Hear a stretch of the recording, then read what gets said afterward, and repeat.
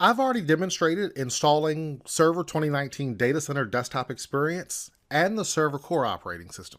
So now is your time to work through a challenge on your own. What I would like for you to do is create a new virtual machine named RTS-SVR1, and we'll just call it RTS Serve 1, with 2 gigabytes of memory. Now that's entered in megabytes as we saw before, 2048 megabytes, and be sure you enable dynamic memory.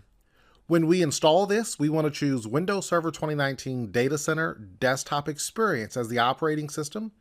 After the install, name the computer RTS-SVR1, so that will be the name of the virtual machine and of the computer itself.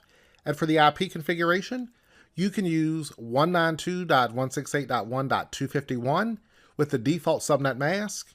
Now, we're not connecting to the internet, so we don't need a default gateway.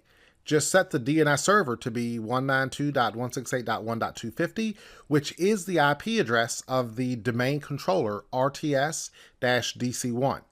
When that is defined, simply join it to the rtsnetworking.com domain. Do make sure that it's on the same virtual switch as well when you create the virtual machine. All should be well, and you should be able to work through that.